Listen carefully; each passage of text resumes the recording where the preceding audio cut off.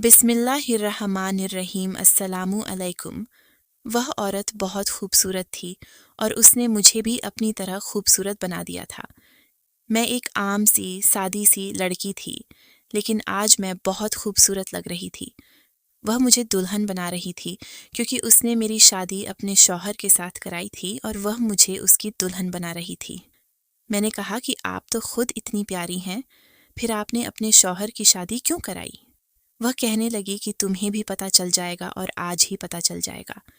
जो बात मैंने तुम्हें समझाई थी वह याद है ना? मैंने कहा, जी, मुझे याद है।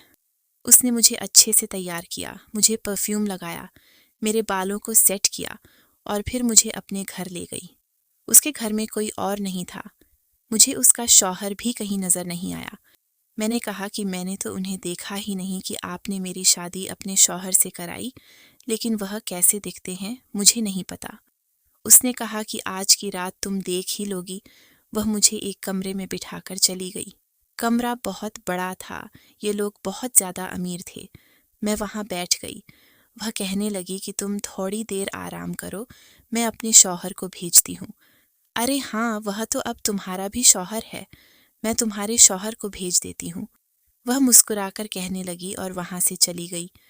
मैं अपने शौहर का इंतज़ार कर रही थी। थोड़ी देर के बाद वह कमरे में दाखिल हुआ और उसने दरवाज़ा बंद कर दिया। जैसे ही उस पर रोशनी पड़ी, मैं उसे देखकर हैरान रह गई। ये तो एक 6 फुट का लंबा तगड़ा आदमी था और उसकी शक्ल, उफ! मैंने दोनों हाथों से अपना लहंगा उठाया और उस कमरे से बाहर जाने लगी। बस मुझे वहाँ से भागना था। मैं उस आदमी के साथ जिंदगी तो क्या, 1 घंटा भी नहीं गुजार सकती थी। उसने मुझे रोक लिया और कहा कि क्या हुआ, तुम तो मेरी बीवी हो। मैंने कहा कि मुझे जाने दो। अब मुझे समझ आ गई है कि तुम्हारी बीवी ने तुम्हारी दूसरी शादी इतनी खुशी खुशी क्यों कराई। लेकिन उसने मेरी बात नहीं मानी और मेरे कान में ऐसी बात बताई कि मैं ज़मीन पर सजदे में गिर गई, क्योंकि उसने मुझसे कहा कि आज की रात मैं और तुम, सिर्फ मेरे बाबा इस दुनिया से जा चुके थे। घर में बहनें थीं और मेरे पास उनके पेट भरने के लिए कुछ भी नहीं था। मेरी माँ मुझे बार बार कहती थी कि तू ही बड़ी है, अगर तू ही कुछ नहीं करेगी तो क्या होगा। तू बता दे, अगर कोई और रास्ता है तो हम उस पर चल लेते हैं, या फिर हम सबको झड़ दे देते हैं। मैं इतनी मजबूर हो गई थी कि अब वही तरीका रह गया था जो एक औरत के पास होता है, लेकिन ये समाज उसे गलत कहता है। शायद वह तरीका गलत भी होता है, लेकिन कोई भी औरत अपनी मर्जी से उस रास्ते पर नहीं चलती। आज जब बहनों को देखा तो दिल खून के आंसू रोने लगा। 2-3 दिन से उन्होंने खाना नहीं खाया था, फिर भी वह मुस्कुरा रही थीं और कह रही थीं कि बाजी, कोई बात नहीं, कुछ ना कुछ हो जाएगा। आज मैं घर से यही सोचकर निकली थी कि बस उनके लिए रोटी का इंतज़ाम करके आऊंगी। जब मैंने एक अजीब सी बात सुनी, मैं फ्री बैठी थी और मेरे साथ 2 औरतें आकर बैठ गईं। पहले इधर उधर बहुत ख्वार हुई थीं, कुछ नहीं मिला तो वहाँ बेंच पर आकर बैठ गई और रोने लग पड़ी। वह औरतें आपस में बातें कर रही थीं कि इधर एक औरत ने अजीब सा ऐलान किया है, लगता है पागल हो गई है। वह दोनों औरतें शादीशुदा थीं। उनमें से एक कहने लगी कि अगर मैं कुंवारी होती तो मैं तो इस मौके से फ़ायदा उठाती। सिर्फ एक रात के लाखों रुपए कौन देता है। जब मैंने ये बात सुनी तो मैं भी हैरान रह गई कि एक रात के लाखों रुपए से क्या मतलब, कौन से लाखों रुपए। वह औरतें आपस में बातें कर रही थीं और कह रही थीं कि ये तो सिर्फ कुंवारी लड़कियों के लिए है। मैंने उनसे पूछा कि ये बातें क्या हो रही हैं, तो वह कहने लगीं कि इस पार्क के दूसरे कोने में एक पागल औरत बैठी है, कहती है कि मैं अपने शौहर के लिए ये सब कुछ कर रही हूँ। जो लड़की उसके साथ एक रात गुजारेगी मैं उसे लाखों रुपये दूंगी। ये सुनकर मैं हैरान रह गई। इस दुनिया में पता नहीं चलता कि किस इंसान के साथ क्या माजरा है। अब किसी को क्या पता कि मैं तो घर से ये सोचकर निकली थी कि चाहे मुझे कुछ भी करना पड़े, मुझे पैसे कमाने हैं, और अगर एक रात के लाखों रुपये मिल रहे थे तो फिर मुझे और क्या चाहिए था। मैं उस तरफ चल पड़ी। वह औरत वाकई वहाँ खड़ी थी, अलग अलग औरतों को देख रही थी। वहाँ तो इतनी सारी लड़कियाँ खड़ी थीं, इसका मतलब कि सब मेरी तरह मजबूर थीं। लेकिन फिर पता चला कि कोई भी सीरियस नहीं थी क्योंकि लोग शक में थे। लेकिन मुझे किसी बात से कोई फ़र्क नहीं पड़ता था। मैंने उससे कहा कि मैं तैयार हूँ। वह कहने लगी, हाँ, तुम हो भी बहुत खूबसूरत, मुझे बिल्कुल तुम जैसी लड़की ही चाहिए थी। मुझे ऐसा लगा कि जैसे ये सब कुछ मेरी किस्मत में लिखा था, क्योंकि जब किस्मत में लिखा होता है तो फिर फ़ौरन से सब कुछ हो जाता है। और मेरे साथ भी यही हुआ था। उसने मेरा हाथ पकड़ा, मुझे अपनी गाड़ी में ले आई। उसकी गाड़ी बहुत ठंडी थी। गर्मी में से जब मैं एयर कंडीशन गाड़ी में आकर बैठी तो मेरा दिमाग चलना शुरू हो गया। मैंने कहा कि अब मुझे बताइए कि आप क्या कह रही हैं। उसने कहा कि मैं तुम्हें कोई तफसील नहीं बताने वाली। तुम्हें मेरे शौहर के साथ एक रात गुजारनी है और मैं तुम्हें इसके लाखों रुपए दूंगी। मैंने कहा कि कितने पैसे? उसने कहा कि 20 लाख। 20 लाख का नाम सुनकर मैं हैरान रह गई। मैंने कहा कि कहीं आप कुछ और तो नहीं करने वाली? उसने कहा कि इससे बुरा क्या हो सकता है। मैंने कहा कि हाँ, ये बात भी ठीक है। मैंने उसे कहा कि आपको सिर्फ एक रात का काम है। उसने कहा कि हाँ, सिर्फ एक रात का काम है। मैंने कहा कि फिर आप मेरी एक बात मानेंगी? वह कहने लगी कि कौन सी बात? क्या तुम तैयार नहीं हो? मैंने कहा कि नहीं, मैं तैयार हूँ। उसने कहा कि 10 लाख पहले दूंगी और 10 लाख सुबह सुबह को तुम्हें मिल जाएंगे। मैंने कहा कि मेरी बात ये है कि आप अपने शौहर से मेरा निकाह करवाएंगी। वह कहने लगी कि मैं इस बारे में सोचूंगी, लेकिन तुम्हें दुल्हन ज़रूर बनाऊंगी। शायद तुम्हारा निकाह भी करवा दूं। मैंने कहा कि शायद नहीं। देखिए, मैं इस तरह की लड़की नहीं हूँ। इस बात पर वह हंसने लगी और क्यों हंस रही थी, उसने मुझे ये बात नहीं बताई। उसने कहा कि ठीक है, चलो तुम्हारा निकाह भी करवा देते हैं। मुझे यकीन नहीं था कि वह मेरा निकाह करवाती या नहीं, पर मैंने अपने दिल की तसल्ली के लिए कह दिया था। घर वालों को फ़ोन कर दिया था कि मुझे नौकरी मिल गई है, लेकिन नाइट ड्यूटी है, मैं सुबह को आ जाऊंगी। वह लोग सवाल करना चाहते थे, परेशान हो रहे थे, लेकिन मैंने कोई सवाल करने का मौका नहीं दिया। वह मुझे सीधा पार्लर ले गई और कहने लगी कि तुम पर तो अभी 2 घंटे पार्लर में भी लगने हैं। दोपहर 12 बजे का वक़्त था।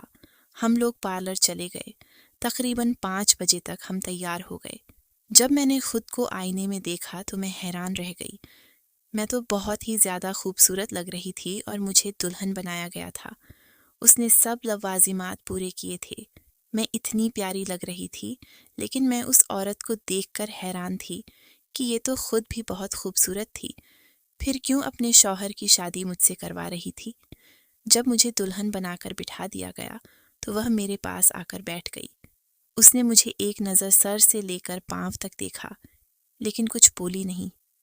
मैंने कहा कि अगर आप बुरा ना माने, तो मैं आपसे एक बात पूछ सकती हूँ? वह कहने लगी कि मुझे पता है तुम क्या पूछोगी, अच्छा पूछो। उसका ध्यान फ़ोन की तरफ था। मैंने कहा कि आप अपने शौहर से मेरी शादी भी करवा रही हैं और ये सब कुछ भी करवा रही हैं, लेकिन सिर्फ एक रात के लिए। क्या मुझे पूछने का हक़ नहीं है? उसने कहा कि हाँ, तुम्हें पूछने का हक़ है, लेकिन मैं तुम्हें बाद में सब कुछ बताऊंगी। खैर, तुम मुझे कोई अकाउंट नंबर बता दो, जहाँ तुम्हारे 10 लाख रुपये शिफ्ट कर दूँ। मैंने कहा कि गरीबों के अकाउंट नंबर नहीं होते। बेगम साहिबा, आप मुझे हाथों हाथ दे दीजिएगा। उसने कहा कि फिर किसी को बुलाओ, जिसको ये पैसे देकर भेज सकूं। मैंने कहा कि नहीं, मुझे आप पर पूरा भरोसा है। मैं सुबह खुद ही पैसे लेकर चली जाऊंगी। वह कहने लगी कि ठीक है। मैं थोड़ी परेशान थी, तो उसने कहा कि परेशान क्यों हो रही हो? तुम्हारा निकाह भी तो करवा रही हूँ। उसने थोड़ी देर के बाद मौलवी साहब को बुला लिया और 4 गवाहों को भी। उसने कहा कि मेरे शौहर ने इस पर दस्तखत कर दिए हैं, अब तुम भी कर दो। मैंने जब निकाहनामे की तरफ देखा तो वाकई दस्तखत हो चुके थे। मैंने भी कर दिए। एक तरह से मैं मुतमईन हो गई कि हमारा निकाह हो गया है। उसने कहा कि लेकिन ये निकाह सिर्फ एक दिन का है, और उसने मेरी वीडियो भी बना ली। मैंने कहा कि जी, वह सारे सबूत भी ले रही थी ताकि कल को मैं अपनी बात से ना फिरूं। लेकिन मुझे अपनी बात से फिरने की क्या ज़रूरत थी? मुझे तो 20 लाख रुपये मिल रहे थे। मैंने सोच लिया था कि मैं कोई छोटी सी दुकान बना लूँगी और रोज़ी हलाल कमाऊँगी, लेकिन दिल में एक अजीब सा ख्याल भी आ रहा था कि मैं क्या करने जा रही थी। मेरे माँ बाप को अगर पता चलता तो उन्हें कितना बुरा लगता, लेकिन मैं और क्या कर सकती थी। मेरे पास और कोई रास्ता नहीं था। मेरी आंखों में आंसू आए तो वह कहने लगी कि रो नहीं, तुम्हें नहीं पता मेरा शौहर कितना हुस्न परस्त है। उसके मुंह से ये बात निकली तो मैं डर गई। मैंने कहा कि क्या मतलब हुस्न परस्त है? वह कहने लगी कि वह मर्द ही नहीं होता जो हुस्न परस्त नहीं होता। तुम परेशान क्यों हो रही हो? तुम्हें परेशान होने की ज़रूरत नहीं है। मेरा शौहर एक बहुत अमीर आदमी है, बहुत अच्छा इंसान है। उसे पता है कि औरत के साथ कैसे पेश आते हैं। तुम बिल्कुल भी परेशान नहीं हो। अब तो तुम्हारा निकाह भी हो गया है, इसलिए तुम्हें परेशान होने या फिक्र करने की ज़रूरत ही नहीं है। वह जो बार बार मुझे कह रही थी कि परेशान नहीं होना, मैं उतना ही ज़्यादा परेशान हो रही थी। खैर, वह मुझे अपने घर लेकर चली गई। उसका घर बहुत बड़ा था। उसने मुझे एक कमरे में बिठा दिया, जो कहीं से भी मुझे किसी आदमी का कमरा नहीं लग रहा था। वह कहने लगी कि तुम यहीं बैठो और ये फ़ोन अपने पास रखो। इस फ़ोन से किसी को फ़ोन करने की कोशिश मत करना, और तुम कर भी नहीं सकती हो। जब मैं तुम्हें इस पर मैसेज करूं तो तुम सामने वाले कमरे में चली जाना और जाकर बिस्तर पर लेट जाना। मैंने कहा कि क्या मतलब? उसने कहा कि जो समझा रही हूँ वह तुम्हें समझ में नहीं आ रहा। क्या मतलब से तुम्हारा क्या मतलब है?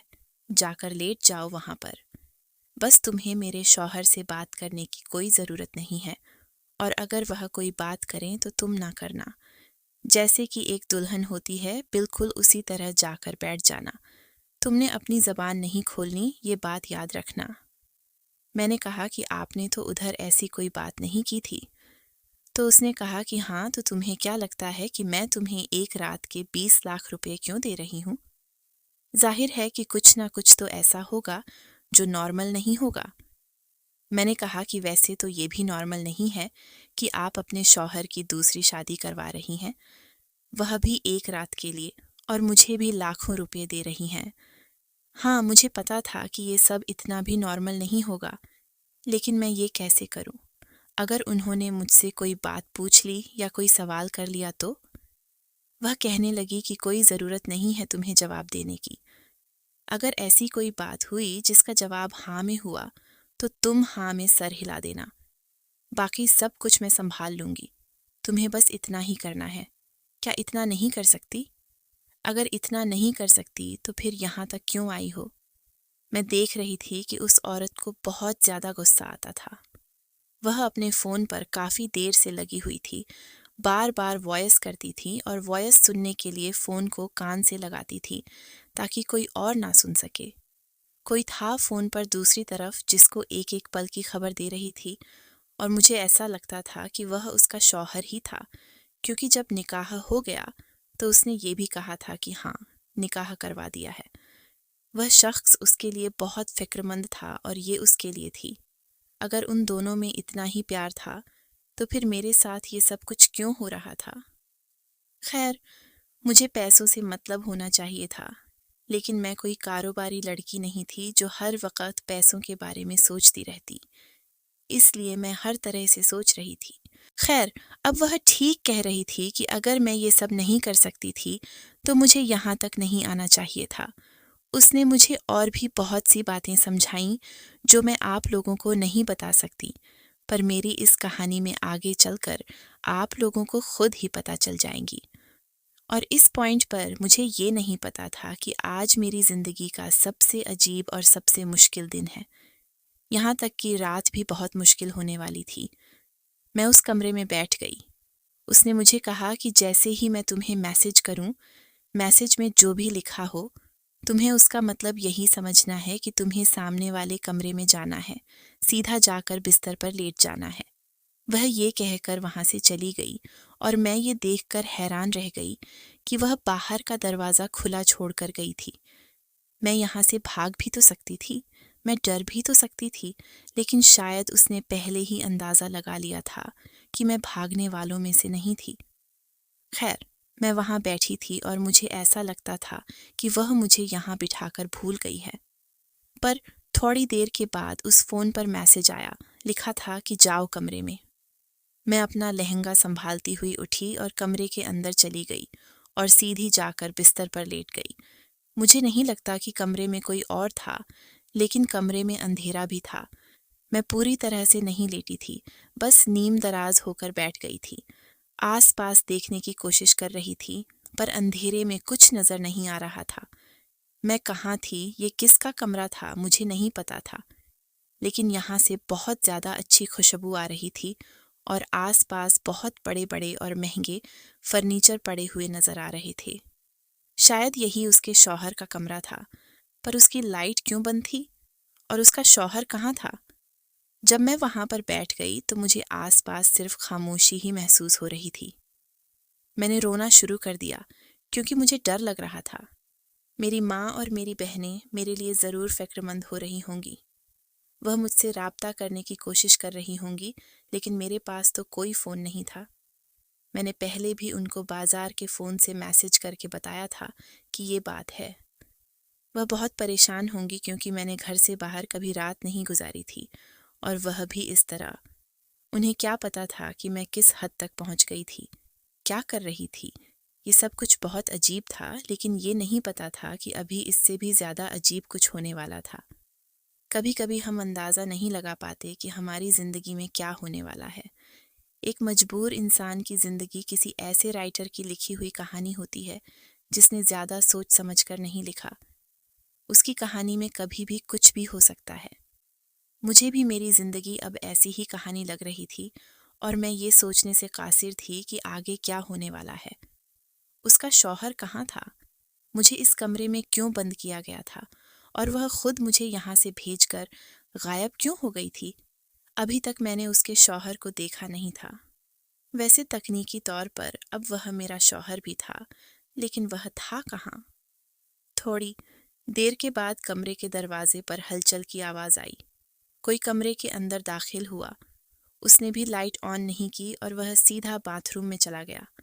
ऐसा लगता था कि उसे पता ही नहीं है कि कमरे में कोई बैठा है, और मुझे तो यहाँ पर उसी तरह से बिठाया गया था कि मुझे कहा गया था कि तुमने एक लफ्ज़ नहीं बोलना। उसने बाथरूम में बहुत वक़्त लगाया। वह कोई गाना भी गुनगुना रहा था। उसकी आवाज़ से वह मुझे 28 या 30 साल का कोई आदमी लग रहा था। थोड़ी देर के बाद आकर बिस्तर के दूसरे किनारे पर बैठ गया। जब उसे पता चला कि मैं उसी कमरे में हूँ तो कहने लगा, ओ फातिमा, तुम पहले से यहाँ पर हो? सुबह तो मुझसे इतना झगड़ा कर रही थी, लगता है तुम्हारी अकल ठिकाने आ गई। मेरा नाम फातिमा नहीं, मेरा नाम आयशा था। लेकिन उसे मेरे नाम के बारे में क्या पता? लेकिन क्यों नहीं पता था? हमारा तो निकाह हुआ था। कहीं फातिमा उसकी बीवी का नाम तो नहीं था, वरना वह ये नाम क्यों बोल रहा था? और मुझे तो बोलने का हुक्म नहीं था। मुझे तो कहा गया था कि तुमने कुछ बोलना ही नहीं है, इसलिए मैं चुप थी। वह कहने लगा, अच्छा ठीक है, माफ़ किया तुमको। तुम औरतों को माफ़ी मांगनी नहीं आती, अपनी गलती कभी नहीं मानती हो, बस आकर पास बैठ जाती हो, और हम मर्द तो माफ़ कर देते हैं। लेकिन तुम औरतें हमसे नाराज़ हो जाती हो तो मर्दों को न जाने कितनी देर तक बोलना पड़ता है, ज़बान चलानी पड़ती है, बातें करनी पड़ती हैं, तब कहीं जाकर तुम लोग मानती हो। लेकिन खैर है, अब हम क्या कर सकते हैं? अब मैं तुम्हारा बाहिर हूँ तो मुझे ही तुम्हें मनाना पड़ेगा। मुझे इसमें भी कोई मुश्किल नहीं है, लेकिन आज तुम बोल क्यों नहीं रही हो, और ये तुमने कैसे कपड़े पहन रखे हैं? शायद वह मुझे अंधेरे में देखने की कोशिश कर रहा था, लेकिन अचानक मेरे मुंह से चीख निकल गई। मेरा हाथ लैंप पर लग गया और रोशनी हो गई। मुझे उस औरत ने कहा था कि तुमने ना तो लाइट ऑन करनी है और ना ही अपने मुंह से कोई बात निकालनी है। उस शख्स की तरफ जब मैंने देखा तो मैं हैरान रह गई। वह भी पूरी तरह से हैरान था। उसके बाद जो कुछ हुआ वह बहुत ही ज़्यादा अजीब था। लेकिन जैसे ही सुबह की रोशनी फैली, किसी ने दरवाजे पर बुरी तरह से दस्तक देना शुरू कर दिया। पता नहीं कौन था, लेकिन ऐसा अंदाज था जैसे चोर के दरवाजे पर पुलिस दस्तक देती है। थोड़ी देर के बाद दरवाज़ा खुल गया तो सामने वही औरत खड़ी थी जो मुझे यहाँ तक लेकर आई थी, और उसका नाम भी फातिमा था। वह अकेली नहीं थी, उसके साथ एक बूढ़ी औरत, कुछ मर्द और कुछ औरतें भी थीं। कहने लगी, ये देखें, आपका बेटा क्या कर रहा है? मेरे साथ निकाह में होते हुए किसी और लड़की के साथ इस कमरे में। तौबा तौबा, देखें आप, इसने ये क्या सब कुछ किया है। ये सुनकर मैं बहुत डर गई, उन लोगों की नज़रों का शिकार होने लगी, और उसका शौहर, जिसका नाम अली नवाज था, वह चुपचाप खड़ा था। तो रिश्तेदारों ने कहा कि कल तक तो तुम बड़े अच्छे शौहर बन रहे थे, कह रहे थे कि बीवी से बढ़कर मेरे लिए कुछ नहीं है, तो अब ये सब क्या है? इसका मतलब तुम गलती पर हो। वह चुप करके सारी बातें सुन रहा था। उसकी बीवी भी हैरान हो रही थी कि ये कोई रदद ए अमल क्यों नहीं दे रहा। फिर उसने कहा कि इसमें बुरा क्या है, इस लड़की का मेरे साथ निकाह हुआ है। उनमें से एक आदमी ने पूछा, जो उनमें सबसे बड़ा था, कहने लगा, ए लड़की, बता, तूने इसके साथ निकाह किया है? मैंने कहा कि हाँ, निकाह हुआ है। फातिमा ने फौरन से कहा कि कोई निकाह नहीं हुआ, इसे कहो कि सबूत पेश करें। मैंने कहा कि आपके पास ही तो सबूत है। वह कहने लगी कि मेरे पास तेरे निकाह का सबूत कैसे होगा? क्या मैं तेरी शादी अपने शौहर से करवाऊंगी, या मेरा दिमाग खराब है कि मैं खूबसूरत लड़की की शादी अपने दिल फेंक शौहर से करवा दूं ताकि वह मुझे छोड़ दे? ये कैसी बात है? भला कौन सी बीवी अपने शौहर की शादी एक कम उम्र और खूबसूरत लड़की के साथ करवाती है, उस शौहर की जिससे मैं इतनी मोहब्बत करती हूँ? ये तो आप सब लोग जानते हैं। मुझ पर इल्ज़ाम लगा रहा था कि मेरा किसी लड़के के साथ चक्कर है, लेकिन इसने कोई सबूत पेश नहीं किया था। अब आप लोग फैसला करें, क्योंकि अब तो सबूत आपके सामने है। रिश्तेदार उसे बुरा भला कहने लगे कि तुम अपनी बीवी पर इल्ज़ाम लगा रहे थे और यहाँ अपने ही घर में ये सब कुछ कर रहे थे। लेकिन उसकी खामोशी और चेहरे पर जो सुकून था, उसको देखकर कुछ पता नहीं चल रहा था कि वह क्या सोच रहा है और क्या करने वाला है। उसने खड़े खड़े फातिमा की तरफ देखा और उसे 3 दफ़ा बोलकर तलाक दे दी।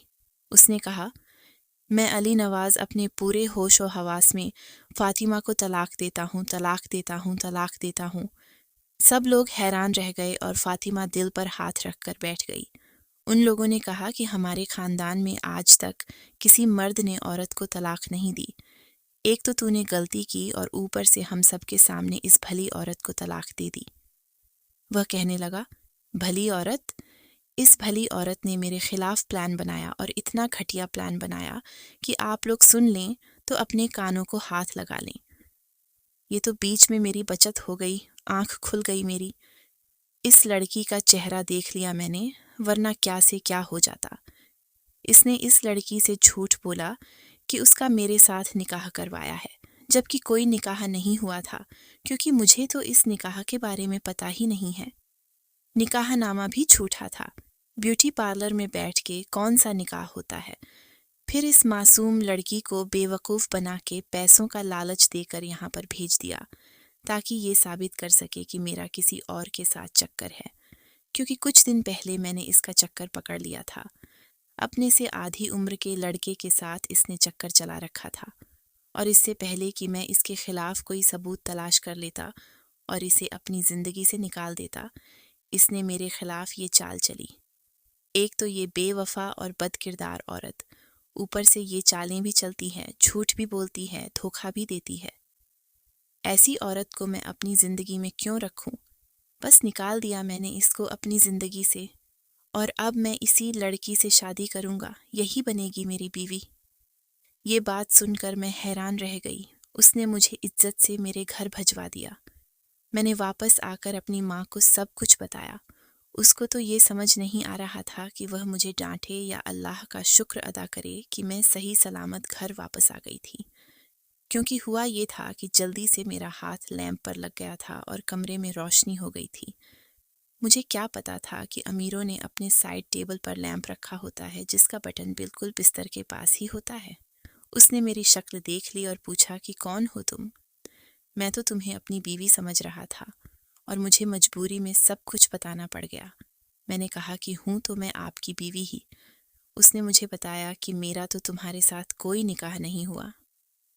उसने रात भर मुझे हाथ तक नहीं लगाया और एक साइड पर बैठ गया। फिर वही हुआ जिसकी उम्मीद थी कि सुबह उस औरत ने सारे रिश्तेदारों को इकट्ठा किया। खानदान के मुअज्जिज़ीन को एक साथ जमा करके उनके सामने अली नवाज को बदकिरदार साबित करना चाहती थी। लेकिन उसकी चाल उसी पर भारी पड़ गई और इस तरह मैं एक अमीर आदमी की बीवी बन गई।